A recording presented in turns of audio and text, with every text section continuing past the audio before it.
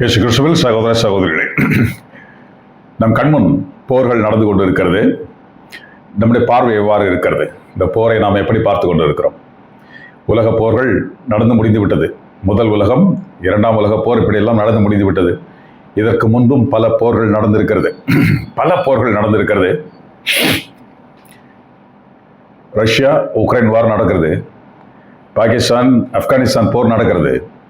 ஆனால் இன்று நடக்கிற இந்த Israel Iran war, this is so important. இருந்தால் இது மற்ற போர்களைப் போல அல்ல, இது ஒரு பிப்ளிக்கல் வார். வேதாகமத்தை சரியாக படிக்கும்போது நமக்கு இது தெரியும். எசேக்கியேல் 38 இந்த வார், இந்த பர்டிகுலர் வார் பற்றி குறிக்கப்பட்டிருக்கிறது. மத்தேயு 24 அதிகாரத்திலே உலகின் அந்த கடைசி நாட்களின் அடையாளம் என்ன என்று அப்போஸ்தலர் கேட்கும் பொழுது இயேசு கிறிஸ்து கூறிய அந்த போர்களின் போர் சத்தம் அது இதுதான். இதற்கு முன்பு நடந்தவைகள் அல்ல, இப்பொழுது நடப்பவைகள். ஏனென்றால் ஏன் இந்த போர் மிக முக்கியத்துவம் வாய்ந்தது என்றால், நம்ம பார்க்கிறோம், முதல் உலக போரும் இரண்டாம் போரையும் உலகத்தை விட அப்பொழுது இஸ்ராயல்கள் கிடையாது, இஸ்ராயல் நாடு கிடையாது.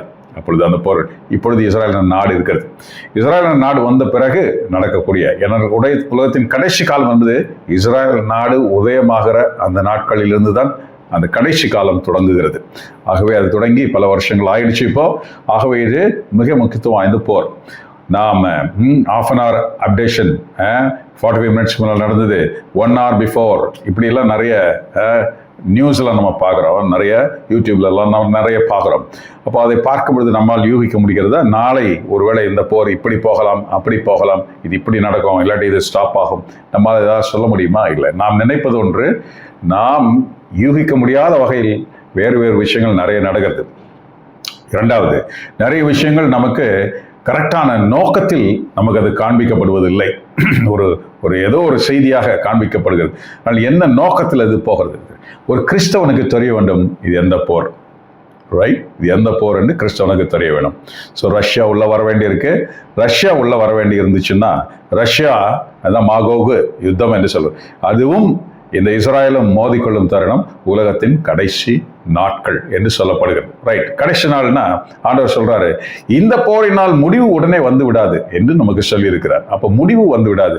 நாடு நாட்டையும் வீட்டு இனத்தையும் எதிர்த்து எழ வேண்டும், இன்னும் இப்படி நிறைய இருக்குதுன்னு சொல்றாரு. ஆனாலும் பாருங்க, இதுக்கப்புறம் தான் அந்தி கிறிஸ்து வர வேண்டியிருக்கு. இந்த போரின் உச்சம் அமெரிக்கா வீழ்ச்சி அடைந்தால், அமெரிக்கா முழுவதுமாக வீழ்ச்சி அடைந்தால் யூரோப்பியன் யூனியன் உருவாக வேண்டியிருக்கும். இங்கே ஒரு தலைவர் வர வேண்டியிருக்கும். அந்தி கிறிஸ்துவாக அவன் ஆட்சி செய்ய வேண்டியிருக்கும்.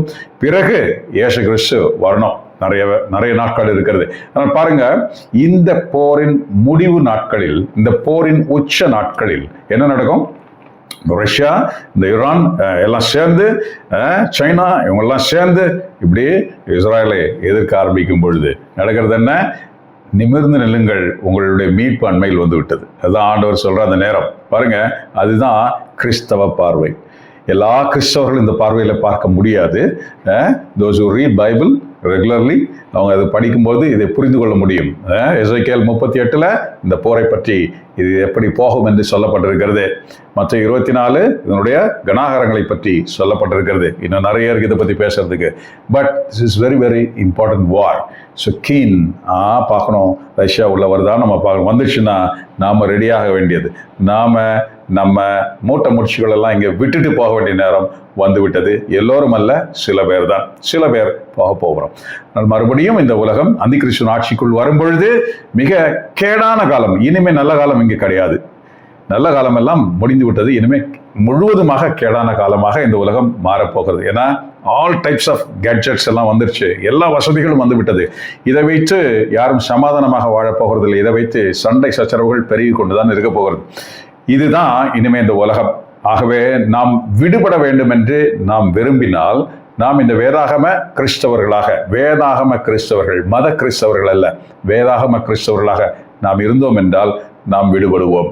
ஜாக்கிரதை. நம் கண் எவ்வாறு இருக்கிறது? எந்த கண் கொண்டு இந்த போரை பார்க்கிறோம்? உலகத்தின் கண் கொண்டா, வேதாகமத்தின் கண் கொண்டு நாம் பார்க்கிறோமா? இதுதான் இன்னைக்கு நற்செய்தியில ஆண்டவர் இப்படி ஒரு கண் சம்பந்தமான ஒரு காரியத்தை பற்றி தான் பேசுகிறார். அதனால தான் இந்த இன்ட்ரோடக்ஷன் சொல்ல வேண்டியிருந்தது.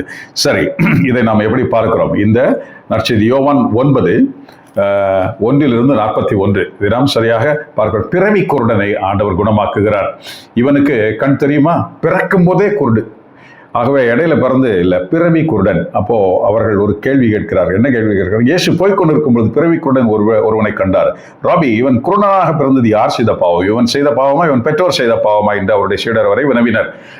நல்ல கொஸ்டின் தான் கேட்குறாங்க. ஏன்னா யாத்ராகமம் 20 சொல்லப்பட்டிருக்கிறது, உன்னுடைய பாவத்தின் பொருட்டு, உன்னுடைய ஆழமான பாவங்களை நான் அப்படியே விட்டுட மாட்டேன், ஜாகிரதை, உன் பிள்ளைகளிடத்திலே கணக்கு கேட்பேன்னு ஆண்டவர் சொல்லிட்டார்.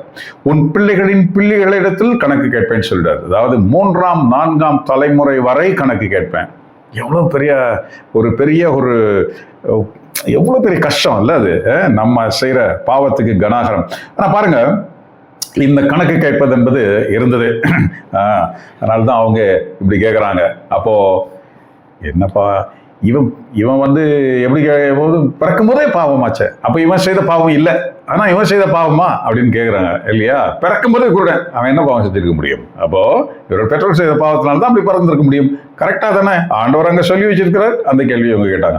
ஆண்டவரும் இதை செஞ்சிருக்கிறாரு. இந்த ஆட்டுக்குளம் அதுல படுத்து கிடந்தான் பாருங்க, முடக்குவாதக்காரன். அதாவது ஏஞ்சல் வந்து கலக்கணும், அதுக்கப்புறம் அதுல இறக்கணும், இந்த மாதிரி வேலை எல்லாம் என்னால முடியல, அப்படி படுத்து கிடந்தான் பாருங்க. ஆண்டவர் போய் சொன்னாரு, தூக்கி கொண்டு நட, உன்னுடைய எல்லாத்தையும் உன்னுடைய கட்டில தூக்கி கொண்டு நடன்னு சொன்னார். பாருங்க, அவன்கிட்ட சொன்ன முக்கியமான வார்த்தை, இத்தகைய தண்டனை உன்மேல் மறுபடியும் விழாதபடி மறுபடியும் பாவம் செய்யாதேன்னார். அப்ப என்ன அர்த்தம்? அதுக்கு பாவத்தின் தண்டனையாக அவன் அங்கே இருந்திருக்கிறான் அப்படின்னு தானே அர்த்தம். அப்போ கேட்குறாங்க, இந்த கொஸ்டினை கேட்குறாங்க இயேசுகிட்ட, யார் செய்த பாவம் இப்படி அவன் பிறந்திருக்கிறானே அப்படின்ட்டு. ஆண்டவர் மிக முக்கியமான வார்த்தை சொல்றாரு. என்ன வார்த்தை தெரியுமா? இது கடவுள் அப்படி சொன்னார், கரெக்ட், இதெல்லாம் ரைட், பட் இது பர்டிகுலரா இந்த குருடன் அப்படி அல்ல என்று சொன்னார். அப்ப அப்படி என்ன அப்ப அவர் சொல்ற பாருங்க, இவன் செய்த பாவமும் அன்று, இவன் பெற்றோர் செய்த பாவமும் அன்று, கடவுளுடைய செயல்கள் இவன் மட்டில் வெளிப்படும் பொருட்டை இப்படி பிறந்தான் என்று சொல்கிறார். It's a sign. ஒரு அடையாளத்தை கடவுள் வைத்திருக்கிறார். இந்த உலகத்திலே பல அடையாளங்கள் நம் கண்முன் வைக்கப்பட்டிருக்கிறது. பல அடையாளங்கள் இருக்கிறது. நமக்கு அது ஆழமாக புரிந்து கொள்ள நாம் அழைக்கப்படுகிறோம். அந்த அடையாளங்களை பார்க்கும் பொழுது நமக்கும் பல கேள்விகள் தோன்றும். இப்படி இவர்கள் கேட்ட பொழுது நமக்கும் அந்த மாதிரி கேள்விகள் தோன்றும். நல்லா இருந்தாருங்க, ஒரு நல்ல மனுஷன், ஏன் இப்படி இந்த அளவுக்கு இல்லை, இவன் இவ்வளோ பெரிய பாவியா இருந்தானே, இவனுக்கு எப்படி இவ்வளோ பெரிய உயரமான ஒரு வாழ்க்கை, எப்படி சந்தோஷமா? இப்படி நிறைய குழப்பங்கள் நமக்கு இருக்கிறது. ஒன்று அப்படி இருக்கு, இப்படி இருக்கு, எது சரி? ஏன் அந்த நாடு என்ன செய்தது? ஏன் சுனாமினால் அவ்வளோ அஃபெக்ட் ஆச்சு? ஏன் இந்த நாடு இவ்வளோ இந்த நிலநடுக்கத்தினால் இவ்வளோ பேர் பாதிக்கப்பட்டாங்க? ஏன் இந்த மக்கள் என்ன பண்ணாங்க? இந்த ரஷ்யா போய் அந்த உக்ரைன் ஆட்சி அந்த மக்கள் என்ன பண்ணாங்க? எத்தனை 1000 பேர் செத்து போனாங்க? ஏன் இப்படி நடக்கிறது? இப்படி என்று நிறைய கேள்விகள் நமக்கு இருக்கிறது. நிறைய கேள்விகள் இருக்கு. கடவுள் சில அடையாளங்களை வைத்திருக்கிறார். அப்ப அந்த அடையாளங்கள் என்பது என்ன? சில பேர் நம் கண்முன் கூட இப்படி சில ஊனமுற்றவர்களை பார்க்க முடியும், சில நோயுற்றவர்களை பார்க்க முடியும், சில பணத்தினால் ரொம்ப அடிமட்ட நிலைக்கு போய்விட்டவர்களை பார்க்க முடியும், உயரத்திலிருந்து கீழே தள்ளப்பட்டவர்களை பார்க்க முடியும். இப்படி நிறைய ஆக்சிடென்ட்ஸ் நிறைய நம் கண்முன்னால் இருக்கிறது. கடவுள் என்ன சொல்றாரு? எல்லாம் நீ கேட்கிற அர்த்தத்தில் வருகிறதில்ல. கடவுள் இன்னும் ஒரு அடையாளம் வச்சிருக்கிறார். அந்த அடையாளத்தை நீ சரியாக புரிந்து கொள்ள நீ அழைக்கப்படுகிறாய். பாருங்க, இன்னைக்கு விவரமா இதில் அவர் கொண்டு போவார். அவருடைய படைப்பில் இருந்து இதில் அவர் கொண்டு போவார். நம்ம பார்க்கலாமா? அவர் என்ன சொல்றாரு? பகலா இருக்கும் வரை என்னை அனுப்பினுடைய செயல்களை நான் செய்ய வேண்டியிருக்கிறது. இரவு வருகிறது, அப்பொழுது எவனும் வேலை செய்ய முடியாது. இவ்வுலகில் இருக்கும் வரை நான் உலகிற்கு ஒளி. என்ன சம்பந்தம்? ஒரு குருடனை ஏன் இப்படி பிறந்தான்னு கேட்டா, இல்லை நான் தான் ஒளி அப்படின்னு பேசுறாரு இல்லையா? என்ன புரியும்? புரியணும் தானே? என்ன புரியும் தரேன்? அவர் சொல்றாரு பாருங்க, என்ன இதுக்காக இப்படி சொல்றாரு? ஏன்னா அவர் சொல்றாரு, நம்ம யோவான் 12 கூட நம்ம 12 கூட இருக்கு. அவரை யூதர்கள் மத்தியில் பேசும்பொழுது அவர் சொல்றாரு, நான் இருக்கும் வரை, நான் கொஞ்ச நாள் தான் இருப்பேன், நான் இருக்கிறதுக்குள்ள என்ன நீ பிடிச்சிக்கோ, இல்லை நான் இருக்க மாட்டேன், நீங்க உங்கள் இருளிலே நீங்கள் மடிவீர்கள் என்று சொன்னார். உங்க பாவத்திலே மடிவீர்கள் அப்படின்னு சொன்னார். நான் தான் ஒளி அப்படின்னு சொன்னார். அப்போ கொஞ்ச நாள் தான் இருப்பேன் அப்படின்னு சொல்லிட்டு என்ன பண்ணிட்டாருன்னா, அப்படி சொல்லிட்டு மறைஞ்சும் போயிட்டார். அவரிடமிருந்து மறைந்து போனார் என்று நம்ம படிக்கிறோம். அப்படின்னா ஒரு சிம்பாலிக்கா அவர் காமிக்கிறார், நான் இருக்க மாட்டேன், நான் போயிடுவேன், இப்போ என்னுடைய வார்த்தைகளை என்னை பிடிச்சிக்கணும், என்ன பிடிச்சிக்கணும், நான் தான் உலகின் ஒளி அப்படின்னு சொல்கிற கடவுளை நம்ம பார்க்கிறோம். விபச்சார பெண் படம் யோவான் 8 நம்ம பார்க்குறோம். விபச்சார பெண் பிடிபடுகிறாள், எல்லாம் முடிஞ்சிச்சு. அது முடிஞ்சதுக்கப்புறம் ஆண்டவர் சொல்றார், நானே உலகின் ஒளி அப்படின்னு சொல்றார்.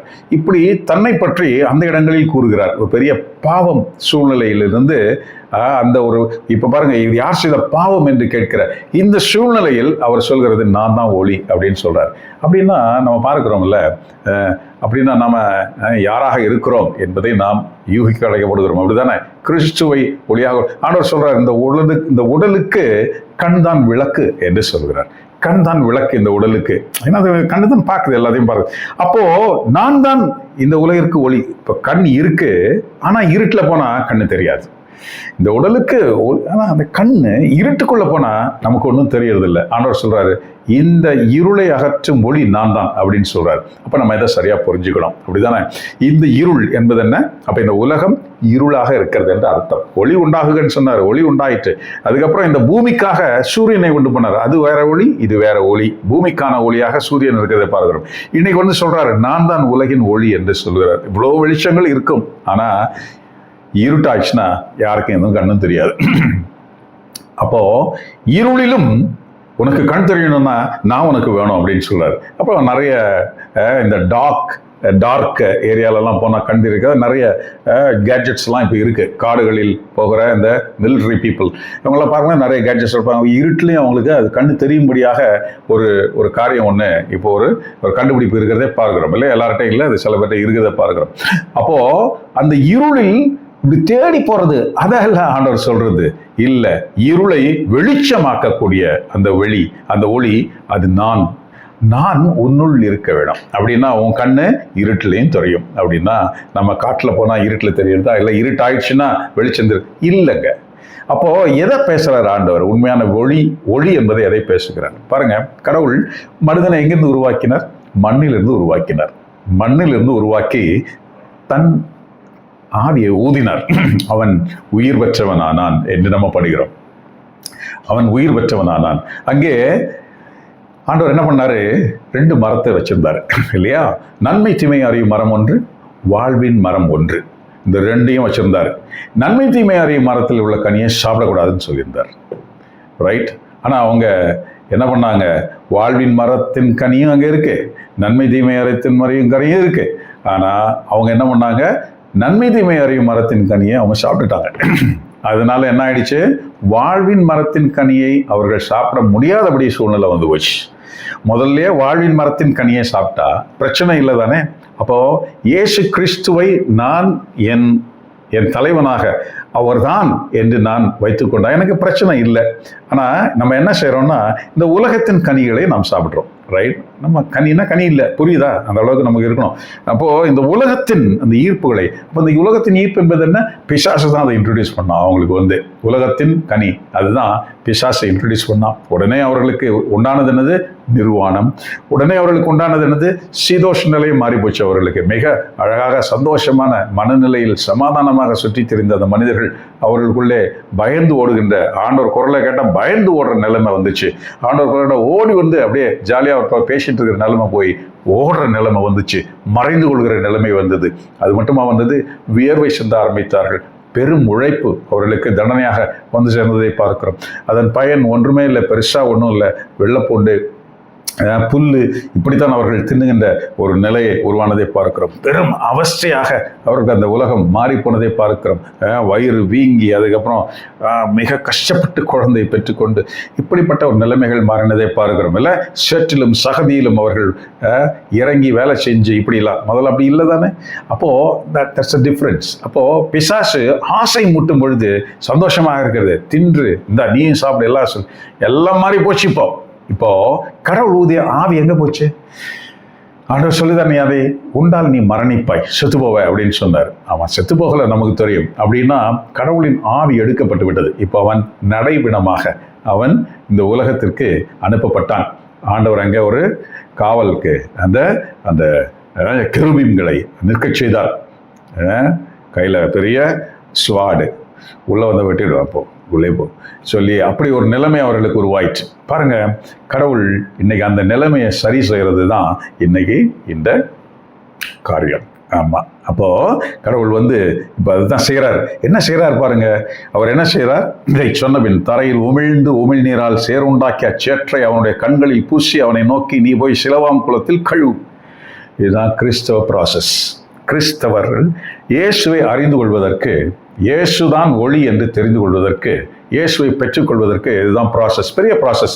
நிறைய புதுமைகளை ஆண்டவர் செய்திருக்கிறார். ஒரு வார்த்தையில குணமாக விரும்புகிறேன், விசுவசிக்கிறாயா, போ, எழுந்து போ, உன்னுடைய மகன் உயிரோடு இருக்கிறான், போ, இப்படி சொல்லி நிறைய காரியங்கள். ஆண்டவரே இரக்கமாயிரம் எங்கள் மேல் 10 தோழினாய், தூரத்திலேயே அவங்கள தொடவே இல்லை, போய் உங்க தலைவர்கிட்ட காமிங்க போங்க அப்படின்னு சொல்லி, இப்படி பல பல பல பல புதுமைகள் ஒரு செகண்ட்ல அப்படி நடந்ததே பாருகிறோம் இல்லையா? அவருக்கு அறியாமலே கூட அவரை ஆடையை தொட்டு குணமானவர்கள் இப்படியெல்லாம் அந்த பெண்ணை பாருங்க, பெரும்பாடு உள்ள பெண். ஆகவே இவ்வளவு ஈஸியா புதுமை செய்யறவர் ஏன் இவனுக்கு கண்ணை தொட்டு குணமாயிடுச்சு போன்னு சொல்லல? அப்போ அதுதான் ஆண்டவர் சொன்னாரு, கடவுளுடைய என்ன சொல்றது, அவருடைய செயல்கள் இவன் மட்டில் வெளிப்படும் பொருட்டு அதுதான் வெளிப்படுத்துகிறார். அதுதான் இந்த ப்ராசஸ் பண்ணி காமிக்கிறார். கடவுளுடைய செயல்கள் எப்படி வெளிப்படுகிறது பாருங்க. குருடாய் பிறந்திருக்கிறான். நாம இந்த உலகத்துல குருடா தான் வந்திருக்கிறோம். நமக்கு குழந்தையா இருக்கும், நமக்கு என்ன தெரியும்? ஒன்றும் தெரியாது. கிறிஸ்தவர்களாகவே நாம் பிறந்திருந்தால் கூட கிறிஸ்தவத்தில் நமக்கு கிறிஸ்து தான் ஒளி என்று நாம் சும்மா சொல்லுவோம், அப்படித்தானே? நமக்கு உண்மையிலே அனுபவம் இருக்குதா? அதை ஆராய்ந்து அதை ஆழ்ந்து உணர்ந்து நம்மால் சொல்ல முடிகிற ஒரு காரியமாக இருக்கிறதா? நம்முடைய வாழ்க்கையினுடைய வெளிப்பாடுகள் அதை தெரிவித்துவிடும். இல்லையா? நம்ம யாராக இருக்கிறோம், யாரு நமக்கு ஒளியாக இருக்கிறது என்று.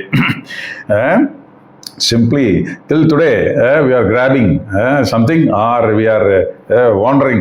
சும்மா ஒரு அலைஞ்சிக்கிட்டே இருக்கிறோமா? நம்ம ஒரு பணத்தை தேடி அலைபவர்களாகவே நம்முடைய வாழ்க்கை முழுவதும் போய்கொண்டே இருக்கிறது. அந்த பணத்திலே நமக்கு எல்லாமே இல்லாவிட்டால் நம்முடைய தேடுதல்கள் எதையில் இருக்கிறது இல்லையா? இந்த உலக சந்தோஷங்களில் இப்படியே தான் போய்கொண்டு இருக்கிறோமா? அப்படிதான். அதனால தான் ஆண்டவர் தூப்புறார் நம்மகிட்ட வந்து, தூ நாயே அப்படின்ற ஒரு வார்த்தை நம்ம பார்க்குறோம். அப்படிதான் அது வேற ஒன்றும் கிடையாது. தப்பா எடுத்துக்கூடாது. நம்ம துப்புறார். துப்பி எங்க துப்புறாரு? நீ எங்கிருந்து உருவானாய்? நீ வந்து மண்ணிலிருந்து உருவானாய். ஆகவே தான் அவர் மண்ணிலே துப்புகிறார். மண்ணிலே துப்புகிறார். இந்த துப்புதல் என்பது என்ன? ஆண்டவர் யாரா இருக்கிறார்? இப்போ வார்த்தையானவர். அவர் வார்த்தை மனு உருவாக வந்து நிற்கிறார், மனுஷனாக வந்து நிற்கிறார். இந்த வார்த்தையானவர் தான் எங்கே இருந்தார்? யோவான் 1:1 நம்ம பார்க்கிறோம். ஏன்னா அவர் வார்த்தை, அவர் கடவுளாக இருந்தார், கடவுளோடு இருந்தார், ஒரே பொருளாக இருந்தார். இந்த வார்த்தை தான் வார்த்தையால் உண்டாக்கினார் இந்த உலகத்தை, அண்ட சராசரங்களை வார்த்தையால் உண்டாக்கினார். ஆகவே இந்த வார்த்தை தான் இப்பொழுது வந்து நிற்கிறது. ஆகவே இந்த வார்த்தை தான் முதலில் கொடுக்கப்பட்டது. நீ வாழ்வில் நீ நன்மை தீமை அறிய அந்த மரத்தின் கனி உண்ணக்கூடாது என்று அந்த வார்த்தை தான் கொடுப்பது. அந்த வார்த்தை அவர்கள் மீறினார்கள். அவர்தான் பாருங்க, இன்னைக்கு இயேசு கிறிஸ்து உண்டாக்கினவர், உன்னையும் என்னையும் தன் வார்த்தையால் உண்டாக்கினவர். அவர் தான் வந்து நின்று அந்த வார்த்தையை, அதை நம்ம பேசும்போது உமிழ்நீர் வருதா இல்லையா? வார்த்தை சொல்லும்போது உமிழ்நீர் வருதா இல்லையா? உமிழ்நீர் உண்டாக வார்த்தை வராது, ஒட்டிக்கும், நாக்கெல்லாம் ஒட்டிக்கும், ஒன்றும் பேச முடியாது. ஆகவே பாருங்க, இந்த உமிழ்நீர் என்பது இதுதான்.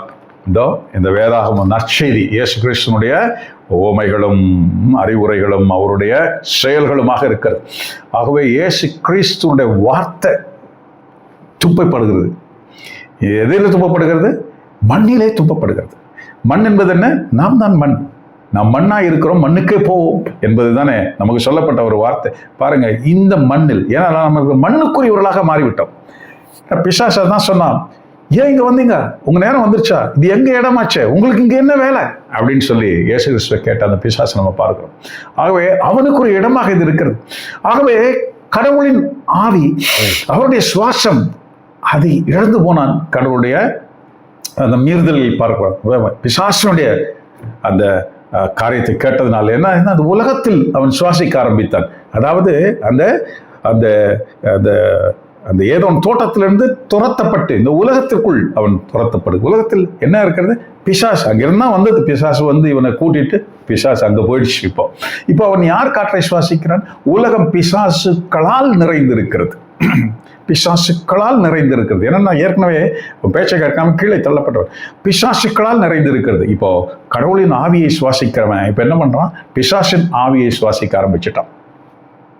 பிசாசின் ஆவியை சுவாசிக்க ஆரம்பிச்சிட்டான். ஆகவே சுவாசம் என்பது அவ்வாறாக இருக்கிறது. பாருங்க, ஆகவே இழந்து விட்டான் கடவுளினுடைய அந்த ஆவியை.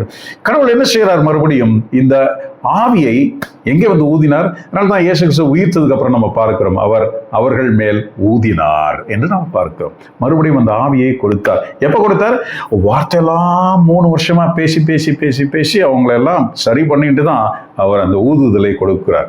ஆகவே இந்த வார்த்தையை இப்பொழுது செய்கிறார். இதுதான் ஃபர்ஸ்ட் ஸ்டெப். இறை வார்த்தைக்கு செவி மடுக்கிறது, இறை வார்த்தை கேட்பது, அதை நாம் நரிஷ்மெண்ட் சாப்பிடுவது, இறை வார்த்தையை நாம் உண்பது. இதுதான் நமக்கு பாருங்க, அதுதான் ஆண்டவர் செய்கிறாரு.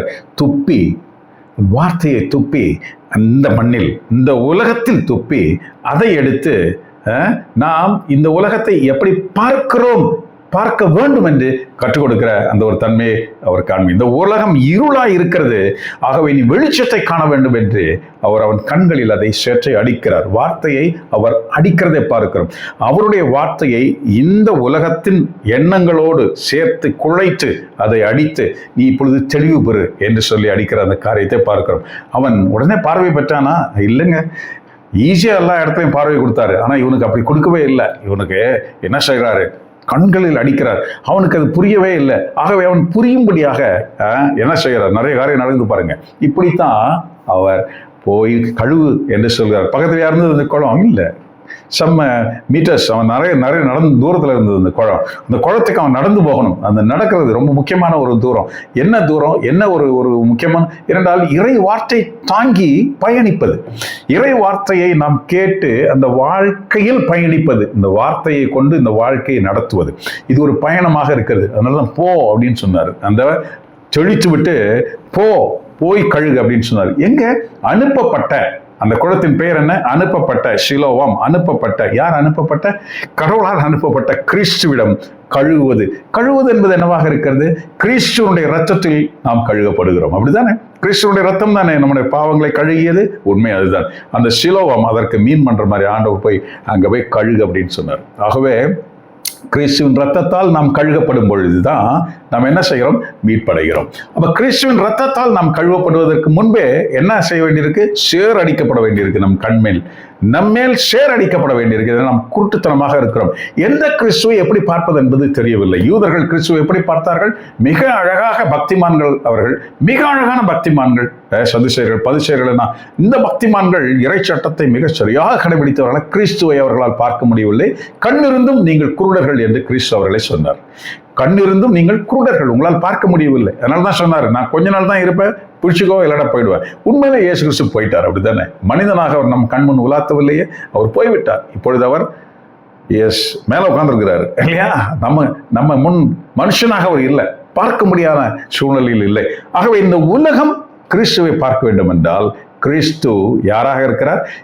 நமக்குள் குடியிருந்தால் இந்த உலகம் கிறிஸ்துவை பார்க்கும், நம் வழியாக கிறிஸ்துவை பார்க்கும். ஆகவேதான் வெளிச்சம் நாம் பெற்றோம் என்றால் நாம் கிறிஸ்துவின் விளக்காக, அதாவது இந்த உலகத்தின் விளக்காக கிருஷ்ணன் இந்த உடல் என்ன சொல்றார்? இந்த உடலின் விளக்கு உங்களுடைய கண் என்று சொல்கிறார். ஆகவே நாம் கிறிஸ்து நமக்குள் இருந்தால் நாம் எந்த கண் கொண்டு எதை எப்படி பார்க்க வேண்டும் என்று நமக்கு தெரியும். இந்த உலகத்தில் இந்த போர் என்றா என்ன, இப்படி என்ன, என்னென்ன அடையாளங்கள் இருக்கிறது, இதெல்லாம் நமக்கு புரியும்.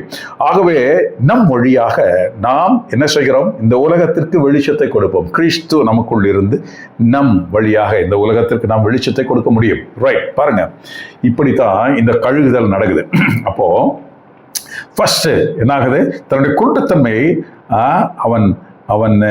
அவனுக்கு அதுவே வழக்கமா இருந்தது. அதுதான் வாழ்க்கையாக இருந்தது. அவனுக்கு பிறவியிலே குருடுன்றதுனால உண்மையிலேயே பார்வைனா என்னன்னு அவனுக்கு தெரியாம இருந்தது. ஆகவே தன் குருட்டுத்தன்மையை அவன் உணர்வது என்பது அவன் கண் பார்வை அடைவதில் தெரிகிறது. நான் இவ்வளவு நாள் குருடனா இருந்தனா அப்படின்னு அவன் உணர்றது. ஏன்னா பிறவியிலே குருடு இல்லை, நான் இவ்வளவு நாள் குருடனா இருந்திருக்கிறேன்னா, இப்படி எல்லாம் இருக்கே உலகத்துக்கு, உலகம் இப்படி இருக்கே அப்படின்ட்டு அவன் பார்வை பெறுகிறான். அந்த சிலோவாம் குளத்தை பிறகு பாருங்க, இதுதான் நடக்கிற ஒரு விஷயம். பாருங்க, இது மட்டுமா? அப்ப ஏன் ஆண்டவர் நிறைய இருக்கு. இதுல நமக்கு டைம் இல்லை. பொதுவாகவே இதுல ஏகப்பட்ட காரியம் இருக்கு, டிஸ்கஷன் நிறைய நடக்குது. இதெல்லாம் போன பதிவில் நிறைய இதை பத்தி, இந்த வாரம் இதுதான் செய்ய போறோம்னு தெரியாம போன வாரத்துல கொஞ்சம் இதை பத்தி சொல்லியாச்சு. ரைட், அப்போ வேண்டியவங்க அதை பார்க்கலாம். இப்போ இங்க நடக்கிறது என்ன? உண்மையிலே இயேசு கிறிஸ்துவை அவன் மறுபடியும் சந்திக்கிறான். இயேசு கிறிஸ்து அவனை மறுபடியும் சந்திக்கிறார். அப்படிதான் நம்ம சொல்ல முடியல, அப்படிதான் இருக்கு. அவன் அப்போது இயேசு அவனை வெளியே தள்ளிவிட்டார். அப்பொழுது நான் அவர் என்ன கூற இவர் சொல்றாரு. இப்போ இயேசு அவனை சந்தித்து இப்போ மறுபடியும் என்ன பண்றாரு? இப்போ பண்றது தான் உண்மையான கண் திறப்பு. இதுதான் கண் திறப்பு. முதல்ல திறந்து இந்த உலகத்தை பார்க்கும்படியாக, இல்லையா? உலகத்தில் இருக்கிற நன்மை தீமையை அறிகிற அந்த ஒரு தன்மை பாருங்க. அவர்களும் நன்மை தீமையை அறிகிற பழத்தை சாப்பிட்டாங்க முதல்ல. அதனால தான் அவங்க வாழ்வின் மரத்தின் கனியை சாப்பிட முடியாமல் போயிடுச்சு. சரிதானே? முதல்ல அதை சாப்பிட்ருந்தாங்கன்னா இந்த பிரச்சனை கிடையாது இல்லை. ஆனால் அவங்க செலக்ட் பண்ணது தப்பு. ஆகவே வாழ்வின் மரத்தின் கனியை சாப்பிட்டு அதை சரி செய்து கொள்ளலாம் என்று நினைக்கிறதுக்குள்ளேயே கடவுள் வந்து குறுக்கு நீர் போ, வெளியே போ அப்படின்னு சொல்லிட்டார். இப்போ பாருங்க, அன்னையிலிருந்து இயேசு கிறிஸ்து வர வரைக்கும் பரிசுத்தராய் வாழ்ந்தவர்களும் சரி, பரிசுத்தராய் நீதிமான்களாய் வாழ்ந்தவர்களும் சரி, அவங்களால மேலே ஏறி போக முடியவில்லை. பரதேசுக்கு போக முடியாம மேல் பாதாளத்தில் அவர்கள் அடுக்கப்பட்டிருந்தார்கள். அங்கே வாழ்ந்தார்கள் என்று பார்க்கிறோம். அங்கேதான் அவர்களுக்கு அங்கே ஒரு அமைப்பு இருந்ததை பார்க்கிறோம். பாருங்க, இயேசு கிறிஸ்து வந்து அவர்களுக்கு மீட்பளிக்கும் வரை, இந்த சிலோவாம் குளத்தில் கழுவப்படும் வரை, அதாவது அவர்களுடைய பாவங்கள் கழுவப்படும் வரை, இயேசு கிறிஸ்துவின் ரத்தம் சிந்தப்படும் வரை, அந்த ரத்தத்தில் அவர்கள் கழுவப்படும் வரை அவர்களால் வாழ்வின் மரத்தின் கனியை சாப்பிட முடியாம இருந்தது. சரிதானே? நீதிமான்கள் தான், பரிசுத்தர்கள் தான் அந்த வாழ்வின் மரத்தின் கனியை சாப்பிட முடியல. வாழ்வின் மரம் என்பது என்ன? கிறிஸ்து இயேசு. அவரை உண்பது, அவர் நரிஷ்மெண்ட். அப்ப அதுதான் வாழ்வின் மரம், அந்த கனி.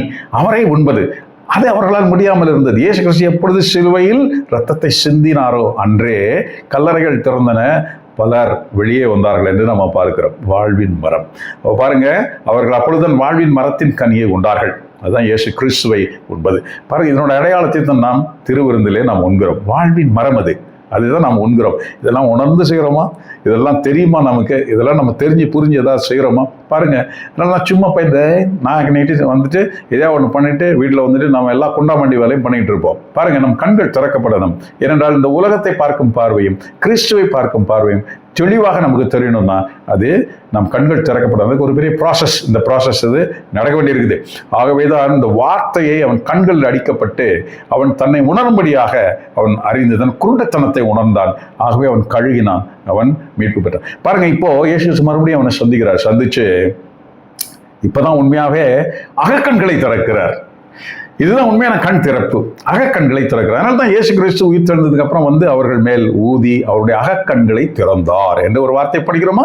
அகக்கண்களை திறந்தார், மறைநூலை புரிந்து கொள்ளும்படி அகக்கண்களை திறந்தார். இன்னைக்கு இந்த குருடன்கிட்ட அவர் 2ஆம் முறை சந்திச்சு சொல்றாரு, மனுமகளில் உனக்கு விசுவாசம் உண்டா அப்படின்னு கேட்கிறாரு. அவன் போறான், அவனை கூட்டு போய் எல்லாம் என்கொயரி எல்லாம் பண்றாங்க. அவங்க அம்மா அப்பாவை கூட்டிட்டு என்கொயரி பண்றாங்க. அதுக்கப்புறம் அவன் இயேசு கிறிஸ்து பாவிடா அப்படின்னு சொல்றாங்க, ஏன்னா ஓய்வு நாளில் செஞ்சுட்டான்னு சொல்றாங்க. அப்போ அங்கே நிறைய டிஸ்கஷன் வருது. அவங்க சொல்றாங்க, ஒரு பாவியால் எப்படி புதுமை செய்ய முடியும்? அவங்க கேட்குறாங்க, இல்லை இவன் ஒரு பாவிதான். அவன் சொல்றான், அவர் ஒரு இறைவாக்கினர்னு சொல்றான்.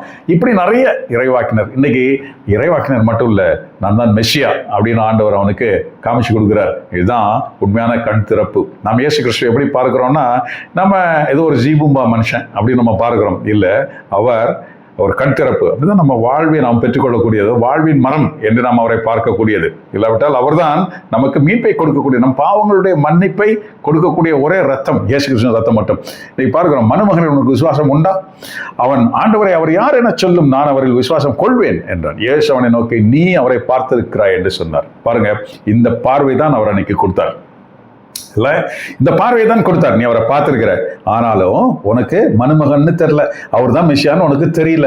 இயேசு எனக்கு தெரியும் அப்படின்னு நம்ம நிறைய பேர் சொல்றோம். ஆனா அவர் தான் மெஸ்ஸியா, அவர் தான் என்னை மீட்பவர் அப்படின்னு நமக்கு சொல்ல தெரியல. இயேசு எப்படி தெரியும்? ஏன்னா நான் ஜபிச்சேன் இதை கொடுத்தார், நான் ஜபிச்சேன் அதை கொடுத்தார், எனக்கு புதுமை செஞ்சார், எனக்கு இங்க ஒரு கட்டி அங்க ஒரு குட்டி, இப்படி எல்லாம் நிறைய சொல்றோமே, நிறைய சாட்சி. இந்த சாட்சி எல்லாம் மண்ணாங்கட்டி சாட்சி. இதெல்லாம் ஒரு பெரிய மேட்டரே கிடையாது. ஏன்னா கிறிஸ்துவுக்குள் வசிப்பவனுக்கு அவனுக்கு அது வேற. பாருங்க, இயேசு அவனை நோக்கி, நீ அவரை பார்த்திருக்கிறாய், உன்னுடன் பேசுகிறவை அவர் என்று சொன்னார். ஆண்டவரே விசுவசிக்கிறேன் என்று சொல்லி அவரை பணிந்து வணங்கினான். பாருங்க, அதுக்கப்புறம் அவர் பின்னால்தான் அவன் போனான். நமக்கு தெரியும், அவன் வாழ்க்கையை பெற்றுக்கொண்டான். ஆகவே கிறிஸ்தான் மீட்பெற்று உணர்ந்தான். நமக்கு தெரியும். அப்போது இயேசு, நான் தீர்ப்பிடவே உலக, இதுதான் உண்மையான கண் திறப்பு. ஆகவே நமக்கும் கண் திறந்திருக்குது. இயேசுன்னா நமக்கு தெரியும், ஆனா அவர் தான் மீட்பர், அவர் தான் என்னை ரட்சிக்கிறவர் என்பதை நாம் அறியாமலே இருக்கிறோம். அப்ப அவரை ரட்சிக்கணும்னா என்ன பண்ணணும்? அவர் கருக்குள்ள பட்டயம் அந்த வார்த்தை, அது நம்மை பீரிட்டி கிழிக்கணும் இல்லையா? ஒரு வார்த்தை நம்மை குணப்படுத்த வேண்டும், அது நம்மை திருத்த வேண்டும். நாம் திருந்தாத ஜென்மங்களாக மறுபடியும் இயேசு கிறிஸ்து தெரியும் சொல்லிட்டு போனா, இயேசு கிறிஸ்து பின்னால பல ஆயிரம் பேர் சுத்திட்டு இருந்தாங்க. எல்லாரும் மீட் படைந்தார்களா? நமக்கு தெரியாது இல்ல, பல பேர் அதுக்கு கிடையாது. ஏன்னா அவர் திட்ட ஆரம்பிச்சுட்டாரு, டேய் சாப்பாட்டுக்காக என் பின்னால சுத்திட்டு இருக்கீங்களா மண்டூசுங்களா அப்படின்னு சொல்லி திட்டினார். நிறைய பேரை பார்க்கிறோம் இல்லையா? 5,10,000 பேர் எல்லாம் பண்ணனா அதுக்கப்புறம் திருப்பி சாப்பாடு அருங்குறிகள் மறுபடியும் செய்வா, எங்களுக்கு காமிப்பா, நல்ல ஒரு மெஜிஷியன் பாணி அப்படின்ற ஒரு பார்வையில் இயேசு சுத்தினவங்க. இப்படிதான் எங்களுக்கு என்ன கிடைக்கும் எல்லாத்தையும் விட்டுட்டு வந்தோமே, என்ன கிடைக்கும். இதுதான் அப்போஸ்தலர்களும் பாருங்க. இதுக்குதான் கண் திறப்பு தேவைப்படுகிறது, மனக்கண்ணை திறப்பது தேவைப்படுகிறது. அப்பதான் கிறிஸ்து என்றால் யார் என்பது நாம் யாராக இருக்கிறோம், எந்த கண் கொண்டு நாம் இந்த உலகத்தில் வாழ்ந்து கொண்டு இருக்கிறோம். கிறிஸ்துவின் கண் நமக்குள் இருக்கிறதா? கிறிஸ்துவின் ஒளி பெற்று இருக்கிறோமா? நாம் எப்படி இருக்கிறோம்? நாம் சிலவற்றை பார்க்கும் பொழுது இது இன்னதுன்னு நமக்கு புரியாது. நீ முதல் வாசகத்துல ஆண்டவர் சொல்றாரு, முதல் வாசகம் 1 சாமுவேல் 16:1-6-7, அப்புறம் 10-13. டைம் இல்லை, ஈஸியாக முடிச்சிடலாம். கொம்பினால் செய்யப்பட்ட உன் கிண்ணத்தை எண்ணெயால் நிரப்பி கொண்டு வா, பெத்லகேமை சேர்ந்த இசாயினிடம் நாம் உன்னை அனுப்புவோம், நாம் அவன் புதல்வர்களை ஒருவனை அரசனாக தேர்ந்து கொண்டுள்ளோம் என்று அருளினார். யார்கிட்ட? சாமுவேல்கிட்ட சொல்றாரு. சாமுவேல் போறாரு. உடனே இசாயின்னா யாரு? தாவீதோட அப்பா இல்லையா? தாவீதோட அப்பா. அவங்க வீட்டுக்கு போறாரு. அவங்க வீட்டுக்கு போ, நான் உனக்கு சொல்றேன், நீ அங்க ஒருத்தனை அரசனாக அபிஷேகம் செய்யன்னு சொல்றாரு. ஏன்னா சவுல் அரசனாக ஏற்கனவே அபிஷேகம் செய்யப்பட்டிருந்தார் சாமுவேலால். ஆனால் அவருடைய அபிஷேகத்தை கடவுள் எடுத்து விட்டார். அவன் அரசனா தான் இருக்கிறான், ஆனால் அபிஷேகம் போயிடுச்சு. இப்போ அந்த அபிஷேகத்தை அவர் தாவீதுக்கு கொடுக்க போகிறார். ஆகவே அவன் வீட்டுக்கு சாமுவேல் போயிட்டு ஒன்னாங்க. என்ன எலிபாவை கண்டு, அதாவது மூத்த பையன், ஈசாயோட மூத்த பையன், ஆண்டவரால் தேர்ந்து கொள்ளப்பட்டவன் இவன் தானோ என்று கேட்டார். ஆண்டவர் சொன்னார், அவன் இல்லடா, உயரமா இருக்கிறான், அழகா இருக்கிறான் அப்படின்னு பார்த்த உடனே அவன் தான் நீ சொல்லுவியா? அவன் இல்லை, நான் தேர்ந்தெடுத்துக்கு வேற ஆள் அப்படின்னு சொன்னார். அவர் சொல்றாரு, ஆண்டவர், உன்னுடைய கண் எப்படி இருக்குது? உன்னுடைய கண்ணு, ஏன்னா நீ சவுலை பார்த்துட்டு வந்திருக்கிற. சவுல் மிக உயரமானவன். அந்த அந்த அந்த அவருடைய நாட்டிலே எல்லாரும் அவர் தோல் உயரத்துக்கு தான் இருந்தாங்களாம். அவர் அவ்வளவு உயரமா இருந்திருக்கிறாரு, வெள்ளையா இருந்திருக்கிறாரு, நல்ல வாட்ட சாட்டமான ஆள் சவுல்.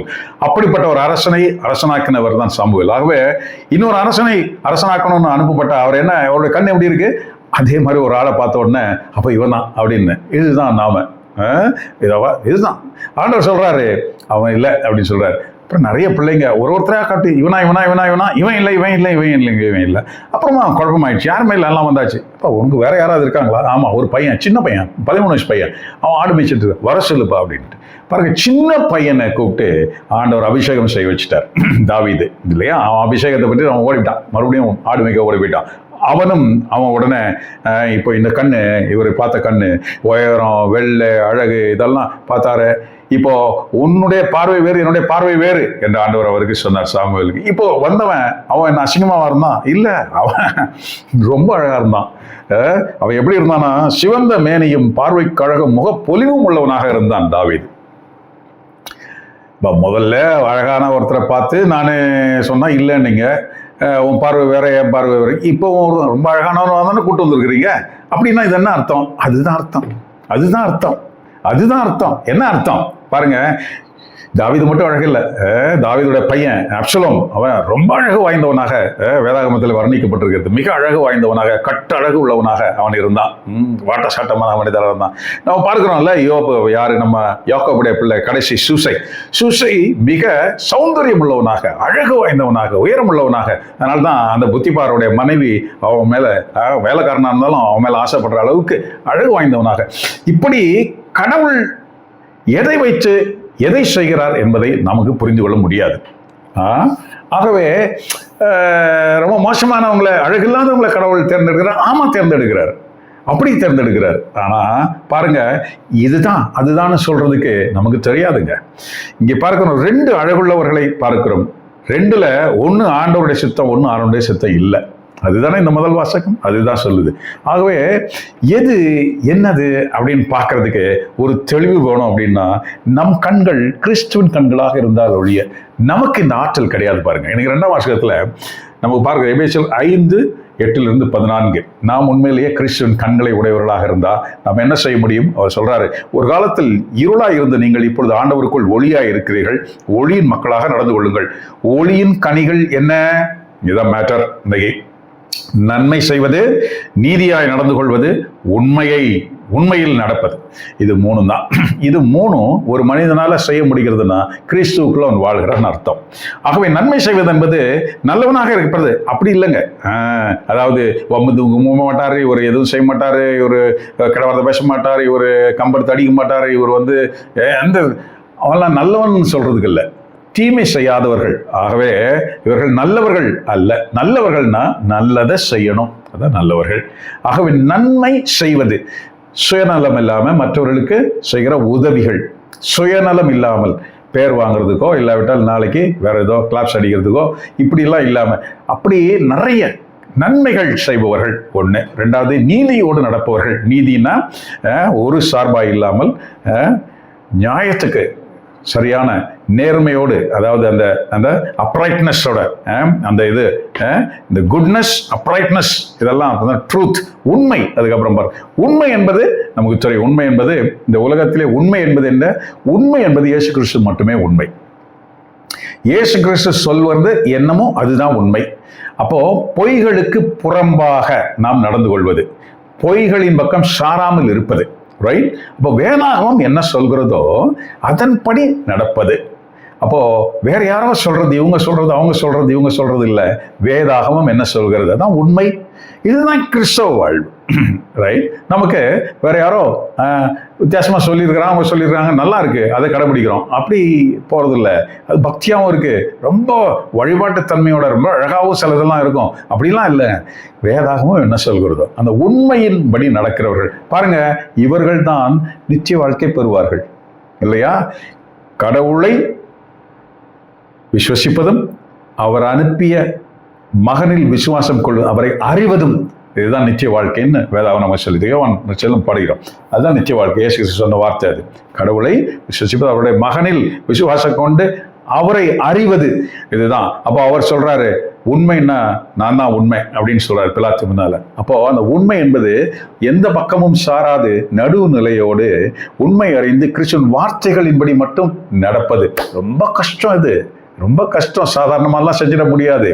இந்த மாதிரி கிறிஸ்துவின் ஒளி பெற்றவர்கள் இருக்கணும்னு சொல்றாரு பவுல். நீங்க இருளில் இருந்தீங்க, பிறவி குருடனா இருந்தீங்க, இப்பொழுது கிறிஸ்துவின் வார்த்தை உங்கள் கண்களில் அடிக்கப்பட்டிருக்கிறது. இப்பொழுது இந்த வார்த்தை உங்களில் வேலை செய்து சிலோவாம் குளத்தில் நீங்கள் கழுவ வேண்டும், நீங்கள் இயேசுவின் ரத்தத்தில் நீங்கள் கழுவணும். அப்படின்னா உன் பாவம் உனக்கு தெரிந்திருக்கணும். நீ யாரு, நீ எத்தகைய பாவி என்பதை நீ உணராத வரையில், உன் பாவங்கள் என்று சொல்லும் வரையில் நீ ஒளி பெற முடியாது, இல்லையா? நான் நியாயமாக தான் பண்ணேன், நான் அப்படி தான் பண்ணேன், இது பண்ண, அவன் தான் தப்பு, இவன் தான் தப்பு, என்கிட்ட இது இல்லை, எனக்கு இவ இப்படி உடம்பெல்லாம் இப்படி காமிச்சதுனால நான் விழுந்துட்டேன், இல்லை எனக்கு இந்த பணம் இப்படி என் முன்னால் இருந்ததுனால நான் வாங்கிட்டேன், இல்லைங்க நான் பெஞ்சு கீழே வாங்கின பணம்லாம் அவனா கொடுத்தா நானா வாங்கலை, இப்படிலாம் சொல்லிட்டு இருக்கிற வரைக்கும் உன் மேல் அடிக்கப்பட்ட சேரு, அது சேரு. நீ என்ன செய்வேன்னா சிலோவாம் காலத்தில் போய் கழுவ மாட்டேன், நீ உடனே தட்டி விட்டுருவ, அதெல்லாம் என்ன சேர் அடிக்கிறீங்க என் மேலே அப்படின்னு சொல்கிற மனோபாவம் தான் வரும். ஆனால் இன்னைக்கு பவுல் அதை சொல்றாரு. என்ன சொல்றாரு? உன் மேல் அடிக்கப்பட்ட சேர் என்பது என்ன? இறை வார்த்தை. அந்த வார்த்தை என்பது என்ன? அது நன்மை செய்யக்கூடியது, அது உண்மை பேசக்கூடியது, நீதியாக இருப்பது. இதை நீ உணர்ந்திருந்தால் நீ இயேசு கிறிஸ்துவில் புது வாழ்வு பெற்று வருவாய். அதான் நிச்சய வாழ்க்கை. அதான் அவர் சொல்றார். ஆகவே ஆண்டவருக்கு உகந்தது எது என்று உய்த்துணருங்கள். இருளின் பயனற்ற செயல்களை செய்பவர்களோடு சேர வேண்டாம், அவை தவறென காட்டுங்கள். மறைவில் அவர்கள் செய்வதெல்லாம் சொல்லக்கூட வெட்கமாக இருக்கிறது. இரட்டை விஷயத்தை பேசுறார். நிறைய பேர் இப்படி செய்யறாங்க, நிறைய காரியங்கள் செய்யறாங்க, நிறையா. அப்போ ஒளியானது அவை அனைத்தையும் தவறென காட்டும் போது அவற்றின் உண்மை நிலை வெளியாகிறது. அவ்வாறு வெளியாக்கப்படுவதெல்லாம் ஒளிமயமாகிறது. தூங்குபவனே எழுந்திரு, இறந்தோர் நின்று எழுந்து நெல், இறந்தோரை நின்று எழுந்து நெல். அதனால்தான் அவரை அடக்கம் பண்ணிட்டு வரேன் அப்படின்னு சொன்னான் ஒருத்தன். எங்க அப்பா இறந்துட்டாரு, அடக்கம் பண்ணுவார். ஆண்டவர் சொன்னாரு, இறந்தோரை அடக்கம் செய்யட்டும், நீ இப்போ எங்க வந்துட்ட? உயிர்த்தெழுந்தவரோடு வந்து விட்டாய், ஆகவே உன் வேலையை பாரு அப்படின்னு சொல்றாரு. நீ தூங்கிக்கிட்டு இருக்கியா? நீ முழிச்சுக்கிட்டே தூங்கிக்கிட்டு இருக்கியா இந்த உலகத்துல?